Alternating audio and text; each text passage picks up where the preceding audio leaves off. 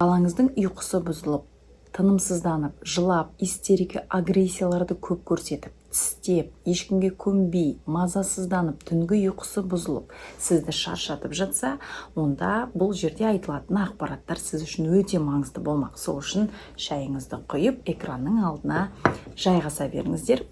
Кризис полутора лет. Ата-аналардың шыдамдылығы жетпей жататын осы кризис полутора лет деп айтады, яғни 1,5 жастағы кризис туралы сөз қозғайтын боламыз. Бұл кризистің бастапқы өзгерістері қалай басталады, қашан басталады, балада қандай өзгерістер болып жатады, бұл кезеңге біз қалай дайындалуымыз керек, ата-аналар үшін керемет лайфхактар, әсіресе аналар үшін, және де балаға бұл сәттерде біз қалай көмектесеміз, және бұл кездерде балада алғашқы эмоционалды байланыстар және тұлғалық мінез-құлық қалыптасатын кезеңдердің ең базасы, ең маңызды, өте сондай бір керемет кезеңдердің бірі, және де осы кезде біз балаларымызға қалай қарым-қатынас жасаймыз, оның болашақтағы мінез-құлқы бәрі осыған тікелей байланысты болады. Осы 1,5 жастағы кризис, алғашқы кризисқа дұрыс қарым-қатынас жасай алмаған, әртүрлі эмоцияларын подавлять етіп, тұншықтырып, балаға кері әсерін тигізетін болсаңыздар, онда одан кейінгі кризис 3 лет кезінде ол 2 есе сізге қиыншылық әкелетін болады. Кризис возрастов деген, яғни жас дағдарыстарына өте маңызды, өте үлкен дайындықпен қарым-қатынас жасау керек. Сондықтан бұл ақпараттарды жақсырақ тыңдап, соңына дейін қараңыздар.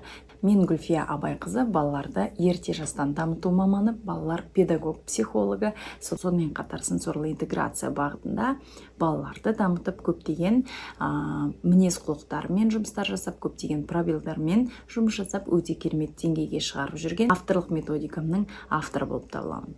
Баланың мінез-құлқындағы осындай өзгерістердің барлығы даму серпілісімен де, кризиспен де байланысты. Яғни 1 жас 1 айларында бастап балада үлкен өзгерістер пайда болады. Яғни балада алғашқы вертикализация, моторлы тұрғыда балада өзгерістер болады. Бұрын ол жүре алған жоқ, еңбектеп жүрді. Қазір ол тікесінен тұрып, жүруді үйрене бастайды. Икемділіктерін зерттеп, танып, өзі үлкен адам қатарына қосыла бастайды. Осы кездерде алғашқы кризис 1 года, яғни бұл 9-шы даму серпілісімен тікелей байланысты. Бала 1,5 жасқа келгенше 10 даму серпілістерінен өтеді. Бұл даму серпілістерінің барлығы туралы мен өзімнің авторлық 10 қадам жобасында 0 мен 2 жас аралығында балалардың жан-жақты дамыту бағытында авторлық методикам, яғни баланың 0-ден 2 жасқа дейінгі аралығында жіберіп алмау керек маңызды 10 бағыттар туралы айтқан осы керемет үлкен авторлық жобамда мен барлығын айттым. Осының ішіндегі тағы бір бағыт бұл даму серпілістері болатын. Баланың туғаннан бастап 1,5 жасқа дейін 10 даму серпілістерінен өтеді. Ол қандай серпілістер? Әрбір даму серпілісінің өзінің атаулары бар, яғни сол бағыттарда бала дамиды. Сондықтан осы әрбір даму серпілісіндегі тақырыптарына сай балаларды дамыту туралы мен осы жобада толық түсіндірдім. Балада қандай өзгерістер болады, ол жерде қандай қарым-қатынас жасау керекпіз, біз оны қай бағытта дамыту керекпіз. Яғни қазіргі таңда көп кездесетін ЗРР, ЗПР-ның барлығын өте ерте жаста, 1 жасқа дейінгі аралықта анықтап, соған болдырмау мақсатында жұмыстар жасауға болатын өте керемет құнды ақпараттарды айтқан болатынмын. Мінекей, осы даму серпілістеріне байланысты 1 жас 1 айларында, 1 жастарда осы 9-шы даму серпілісіне өтеді де, ал 1,5 жастағы өте үлкен кризистардың бірі балада айтарлықтай қатты білінетін және ата-аналардың жүйке жүйесінің мықтылығын, шыдамдылығын тексеретін осы бір үлкен кризистардың бірі 1,5 жаста болатын, ол 10-шы даму серпілісіне тұспа-тұс келіп жатыр. Және де осы кездерде балада азу тістері шыға бастайды. Соның барлығы бірге келіп соққан кезде көп ата-аналар шыдай алмай жатады. Бұл кездерде бала анасының қолынан түспей қалады, омырауын еме береді, қасына жатады, ешкімге бармайды, бәрін қызғанады, ойыншығын қызғанады, анасын қызғанады, барлығын тістейді, айналадағы адамдарды ұрады, бірдеңе лақтырады, жылайды, агрессия, истерика, ештеңеге көнбейді. Я сам, бәрін мен өзім істеймін. Яғни сіздің ұсынып жатқандарыңыздың барлығына көнбейді, бірдеңе сұрайды, бірдеңені талап етеді, бірақ түсіндіре алмайды, сіз оны түсінбейсіз, ортасында осындай истерикалар шығады.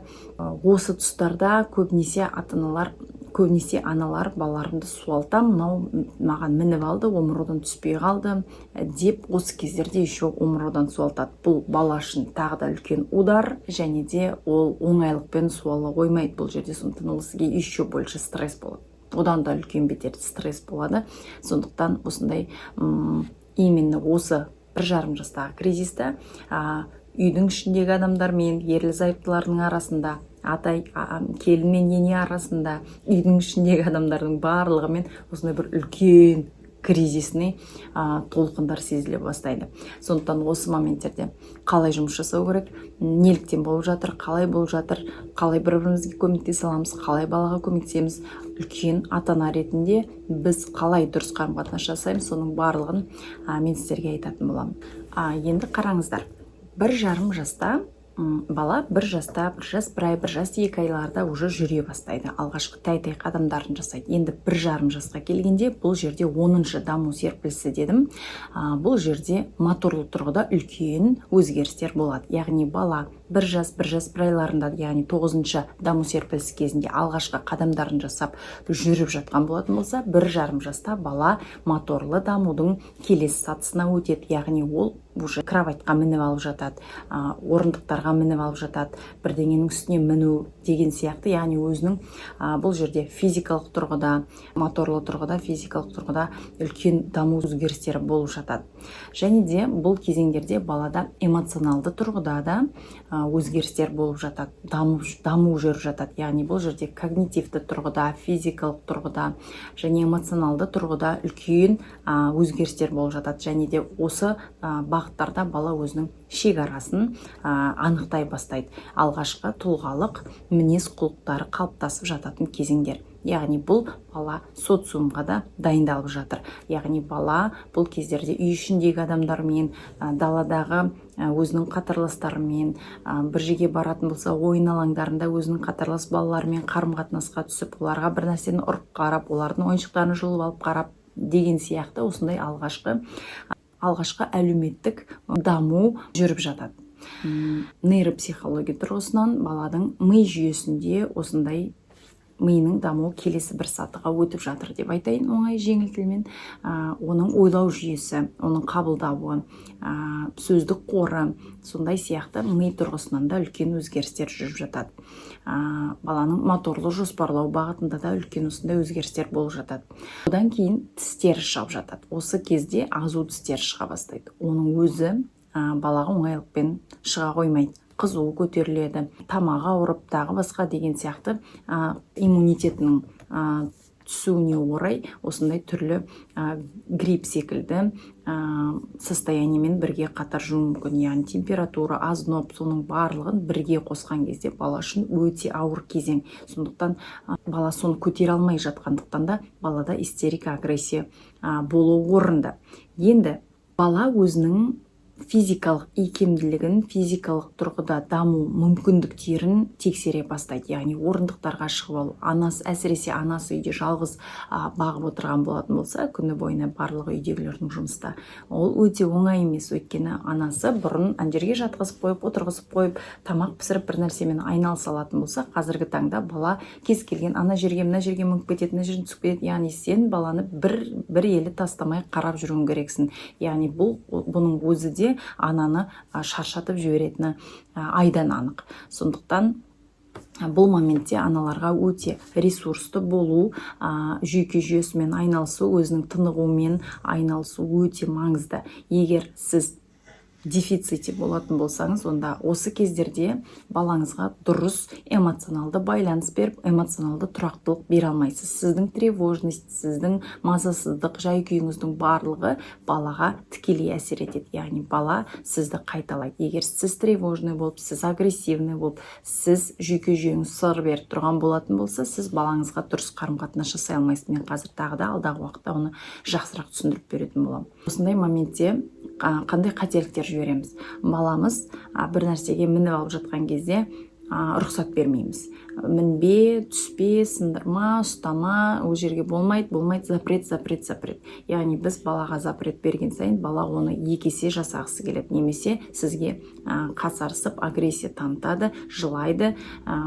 Неге? Өйткені бала өзінің мүмкіндіктерін тексергісі келеді. Негізі шындығында, дұрысында біз балаға оның мүмкіндіктерін, қабілеттерін тексеруіне, дамытуына кедергі келтірмей рұқсат беруіміз керек. Әрине, оның барлығы өзінің өміріне, денсаулығына қауіп төнбейтіндей деңгейде болу керек. Яғни столға, орындыққа шығу ол үшін қауіпті болатын болса, бірақ бала сондай өзінің икемділігін дамытып, мүмкіншілігін зерттеуге сондай ыңғайлы түрде мүмкіндіктер үйде жасауымыз керек. Немесе арнайы сондай спорттық дамыту жерлеріне апарғандарыңыз жақсы. Мысалға, үйде биік көпшіктерден, қандай да бір үлкен жұмсақ пуфиктерден, сондай бір үлкен мінетін, түсетін, астынан өтетін деген сияқты қандай да бір баррикадаларды өздеріңіз құрастырып қойып, баланы арнайы ойнатсаңыздар болады. Яғни бала сол арқылы міну, түсу деген сияқты қабілеттерін шынықтырады.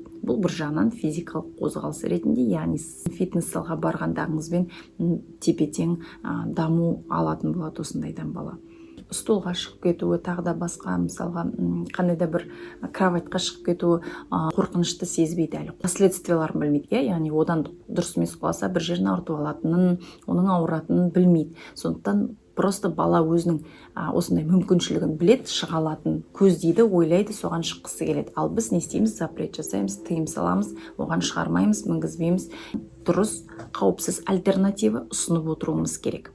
1 жас пен 3 жасқа дейінгі аралықта бала үшін мега даму кезеңі. Осындай бір үлкен отрывок психологиялық тұрғыда, эмоционалдық тұрғыда, физикалық тұрғыда, түрлі когнитивті функциялар тұрғысынан, ми тұрғысынан үлкен дамулар жүріп жатады. Осы 3 жасқа дейінгі аралықта өте маңызды. Күнде неше түрлі попыткалар, эксперименттер жасап көрсетеді, жасап тырысады, үйренеді. Бір рет жасай алмады ма, екінші рет тырысады, үшінші рет тырысады. Бала 100 ретке дейін тырыса бере алады. Балада осындай ол табиғи құбылыс, яғни бала шаршамайды. Сол нәрсені үйреніп алғанша оны бірнеше қайтара 100 мәртеде жасай бере алады. Бірақ жасай алмай жатқанда, шықпай жатқанда оның яғни көңілі қалып, разочарование болып, жылап, истерика танытуы ол орынды. Оның мысалға құрастырып отырған башнясының құрастыра алмай түсіп қалғаны, пазлдарды, екі пазлды мысалға екі жануарды бір-бірімен тауып тұр, бірақ оны құрастырып бір-біріне сала алмайды. Оның өзі бала үшін үлкен стресс, үлкен разочарование, бірдеңені төгіп құйғысы келеді, бірақ құя алмайды, ол шашылып қалды деген сияқты нәрселердің барлығы сіз үшін мелочь, қандай да бір кішкентай ұсақ нәрсе болып көрінсе де, балалар үшін үлкен нәрсе. Яғни сіздің бір үлкен керемет бастықтың алдында жоба қорғап жатсыз, дұрыс қорғай алмай қалғанда қандай қиын күйзеліс болады сізде. Мінекей сондай кішкентай мелочтардың барлығы бала үшін үлкен күйзеліс болып табылады, стресс болып табылады. Оның барлығы бала жылайды, лақтырады, істей алмай жатса сындырып тастайды. Осындай сияқты мінез құлықтар болып көрінеді. Яғни бұл кризистағы баланың осындай құбылыстарының барлығы кризис 1 года, кризис 1,5 лет, кризис 3 лет кездерінде барлығында бірдей проявляция етеді, бірақ әртүрлі деңгейде. Сондықтан алғаш садикке барып жатсаңыз да осындай нәрселер болуы мүмкін балада. Үйге келіп неше түрлі мінез көрсетеді, лақтырады, сындырады, ештеңе көмейді. Вообще, как будто бы балаңыз танымай қаласыз. 1,5 жаста да сондай нәрселер болады. Енді ата-ана ретінде бала үшін эмоционалды, тұрақты, үлкен осындай бір опора болуымыз керек. Яғни балаңыз жылап келген кезде ұрсып, подавлять етіп, қорқытып, кері қайтарып, или немесе отстраненный бала қылып бар, успокойся, жылап кел, сосын қарайым, қарама, үндеме, жылама деген сияқты қатыгездік таныту табу. Ондай нәрсе жасамаймыз. Яғни қазір осы бастапқы кризис кездерінде дұрыс қарым-қатынас жасамасаңыз, неадекватный подход жасасаңыз, оның жемісін ертең өскенде көресіз. Бала үшін де, сіз үшін де жақсы болмайды. Сондықтан керісінше осындай дұрыс емес қарым-қатынасыңыз сіздің керісінше усугублять етеді. Керісінше осы кезеңдердегі агрессивтік истерикаларын одан әрі ушықтырып алуыңыз мүмкін. Сондықтан балаға бұндай моменттерде ұялтпаймыз, ұрыспаймыз, қорқытпаймыз, подавлять етпейміз, просто қасында боламыз, құшақтаймыз, барлық эмоцияларын шығаруға мүмкіндік береміз, қабылдаймыз, безусловная любовь, шартсыз махаббатты көрсетеміз. Ата-ана бала үшін аккумулятор сияқты. Ол келіп, разочарованияларын, жаңағы стресстерін шығарып алып, сізден заряд алып, келесі жаңа белестерін бағындыруға сізден заряд алып кететіндей, осындай бір сіз ол үшін точка опоры болу керексіз. Бірдеңеге шығайын деп жатыр, құлап қалды, шыға алмай қалды, башня құрастырып отыр, құрастыра алмай қалды, пазл құрастырылмай қалды, бірдеңені аша алмай жатыр, бірдеңені ішіне сала алмай жатыр. Соның барлығы бала үшін стресс, лақтырады, сындырады. Сіз келесіз, құшақтайсыз, көмектесесіз, көрсетесіз, қалай дұрыс ойнау керек, қалай дұрыстау керек, қолдайсыз, қасында боласыз, демейіп жібересіз. Мінекей осындай сияқты дұрыс адекватный подход жасауымыз керек. Бірақ бұл кездерде ондай моменттердің барлығы өте көп болады. Бір күннің өзінде өте көп болады. Соның барлығына сіздің күшті, байсалды болып, оны қабылдап отыруға мүмкіндігіңіз де болмауы мүмкін.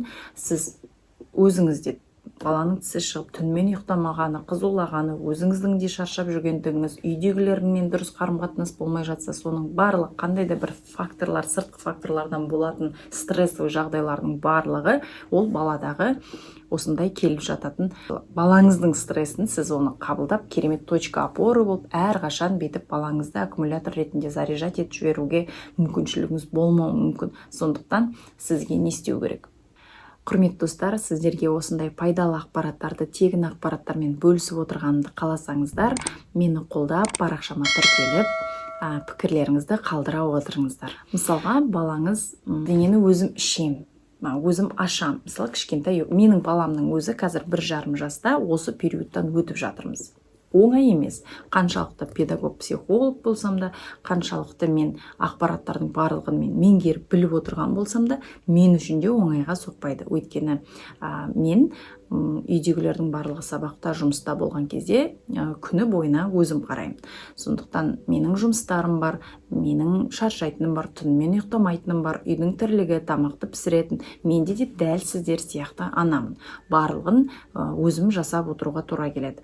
Яғни сондай моменттерде мен өзім қалай шығып жатырмын, мен өзіме не көмектесіп жатыр, сондай сияқты ақпараттармен қазір сіздермен бөлісемін. Және де мынандай жағдайлар болады. Біздің өзіміздің өмірде болып жатқан жағдайлар, мысалға, кішкентай йогурт, питьевой йогурт бір нәрсені алып келген кезде, қақпағын ашып бер деп әкеп беріп тұрады. Қақпағын ашып бер, мен өзім ішем дейді. Яғни ішкен кезде ол түгелдей төгіп алады. Немесе кесеге құйып берсең, өзім ішем дейді, оны төгеді, жерге төгіп алады. Немесе ол баклажка жаңағы йогуртты мен кесеге өзім құям дейді. Сондай нәрселердің барлығына мен жаңағыдай оған мүмкіншіліктер берем. Өйткені сен жоқ болмайды деп алып алсаң, балада даму жүріп жатқан жоқ. Балаға мен подавлять етіп жатырмын, запрет қойып жатырмын, яғни оның интерестерін өшіп жатырмын. Ол кәдімгі дүниеге келген сәби ретінде осы өмірдегі, әлемдегі болып жатқан құбылыстардың барлығын, бытовой нәрселердің барлығын, біз істеп жатқан нәрселердің барлығын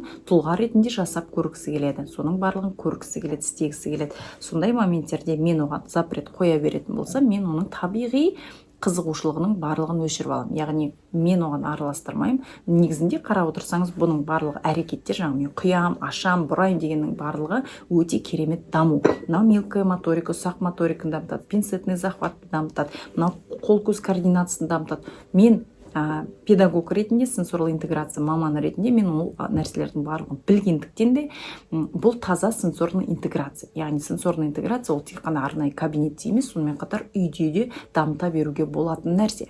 Сондықтан мен ондай нәрселерден рұқсат беремін, бетінен қақпаймын, бірақ қандай нәрселер жасаймын. Мысалға йогуртты құям деп тұрса, жарайды, мен беремін. Ендеше йогурт полный беріп ақтарып төгіп тастаған ысырап еткенін мен қаламаймын. Сондықтан мен оны басқа кесеге көрсетпей, қазір берем, ашып берем деп айтам да, басқа бір ыдысқа құйып алам, түбінде кішкентай ғана қалдырам. Яғни бала оны ішіп көрді, ашты, кесеге құйды, ішті. Яғни өзінің сол қалаған, ойлаған нәрсесін қанағаттандырды, істеді, берді, кетті. Келесі жол болмаған арпалыспайды. Ал егер мен әрдайым соны бермейтін болсам, оған бір запретный плод всегда интересно дейді ғой, соған постоянно өршігіп тұрады, істей бергісі келеді, немесе келесі жолы әдейі төгеді деген сияқты нәрселер жасайды. Сондықтан бір рет мен оның қалауын жасауға мүмкіндіктерді беремін. Және де өзінің стульчик для кормлениясында отырып тамақ ішіп отырған кезде осындай түбінде қалған йогуртты, тағы басқа бір нәрсені ол ішетін, ішіп алады, ішіп болғасын тойғаннан кейін мына жерге төккенді жақсы көреді.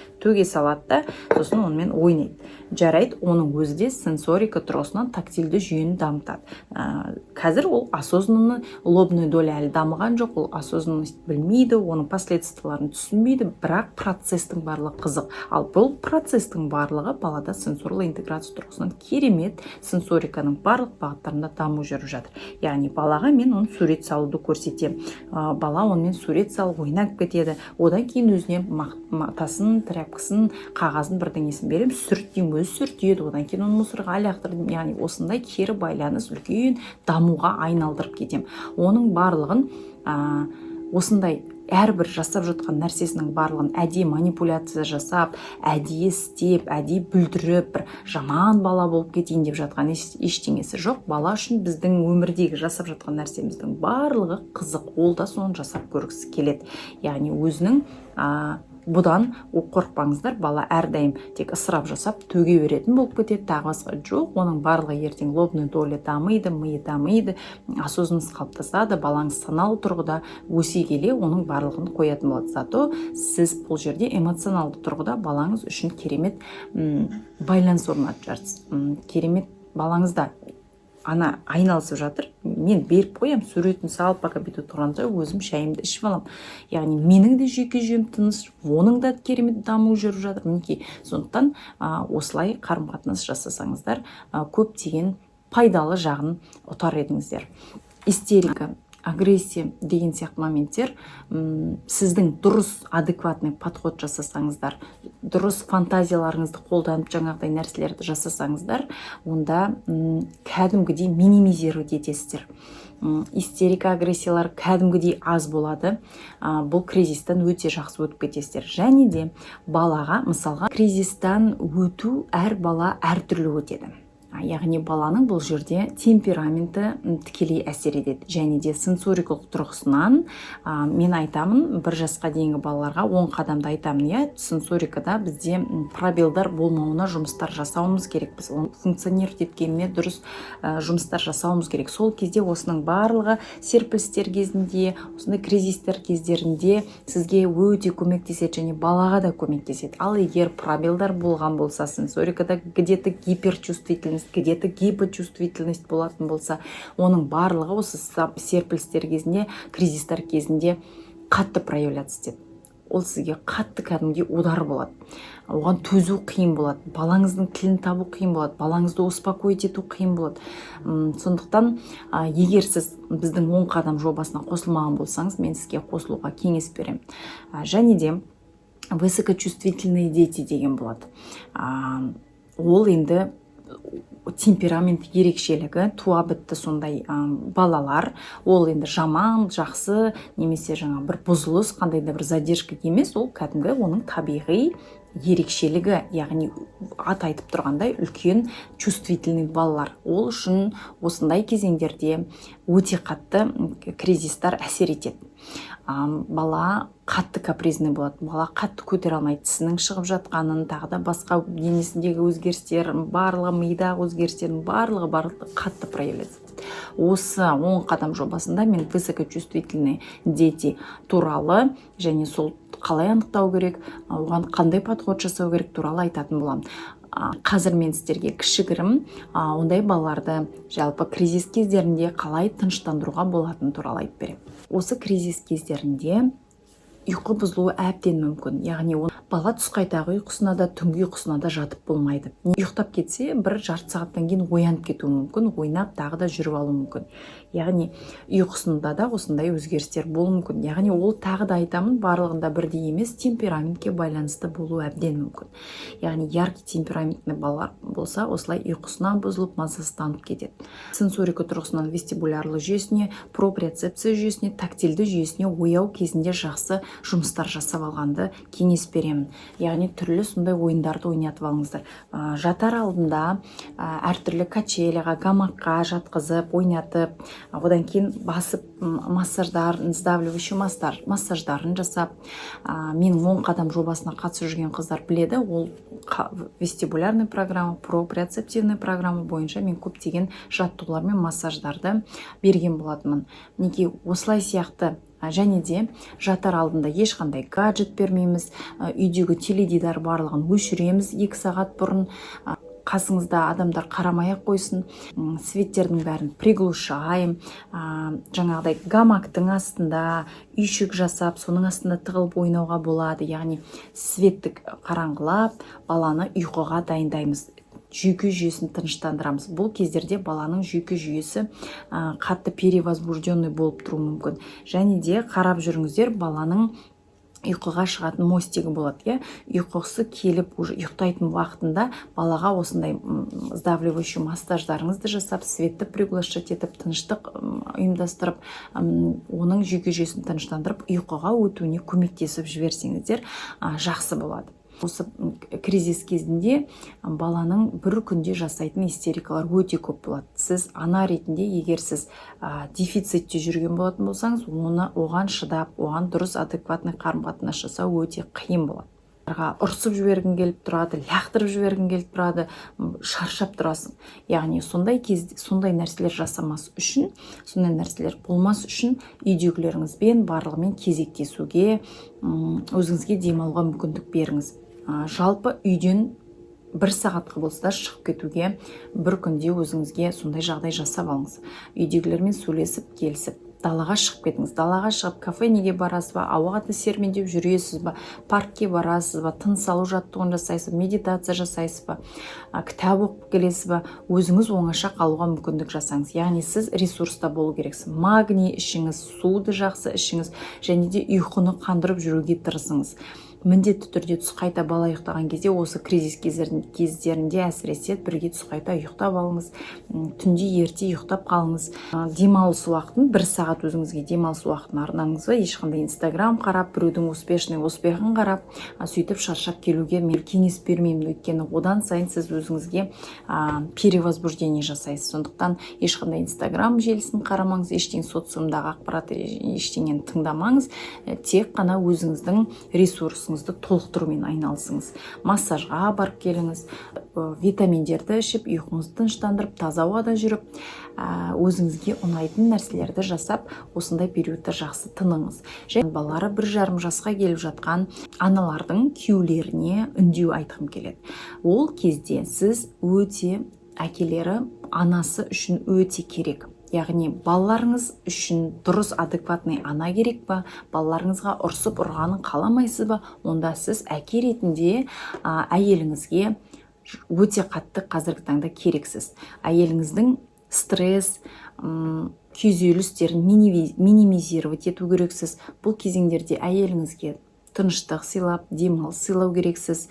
Баланы алып қалып, оған өзіне серуендеп келуге рұқсат етуіңіз керек. Және де әртүрлі проблемаларын, ұсақ-түйек проблемаларын шешіп беруге, және де көп әйел адамдар үйдегі жауапкершіліктен, бытовой жауапкершіліктен шаршап жүреді. Яғни сіз оған бір жарты күн аптасына ең болмаса 1 рет жарты күн болса да ештеңені ойламауға мүмкіндік беріңіз. Яғни үйді жинамау, тамақ пісірмеу, басқа да балаларына не берем деген нәрселерді ойламай-ақ, барлығын өз мойныңызға алып, сен ештеңе ойлама, шығып бар, демалып кел, кел, мен үйді жинаймын, тамақты пісіремін, балалардың басқаның барлығын қамын ойластырып қоямын, осындай ойындарды ойнастамын, кітабын оқытамын. Яғни сен ештеңеге алаңдамай демалып келе алатындай осындай сияқты жағдайларды жасап тұрыңыз. Бұл өте маңызды. Әйел адам бұл кездерде послеродовой депрессия деген болады, әлі восстанавливается организм, ұйқысы тыныш емес, бала омырауға әрқашан мініп жүреді, синдром затроганности дейді, яғни үнемі үйтіп баламен түнде де күндізде үйтіп жүргеннен кейін әйел адамға өзімен өзі оңаша қалу өте маңызды. Оның жүйке жүйесі сыр беріп жүреді, яғни ол жинап жүреді де дефицит болып жүріп қандай да бір какой-то бір мелочь нәрсеге взрыв жасауы мүмкін. Сондықтан осы кезде әйелдеріңізді қолдап жіберіңіздер, көмектесіп жіберіңіздер, оған шаршамауына, ресурсты болып жүруіне мүмкіндіктер жасаңыздар. Сол кезде сіз үлкен сауапты іс жасайсыз. Әйеліңіз үшін де, балаңыз үшін де, отбасы берекесі үшін де өте көп пайдалы іс жасаған боласыз.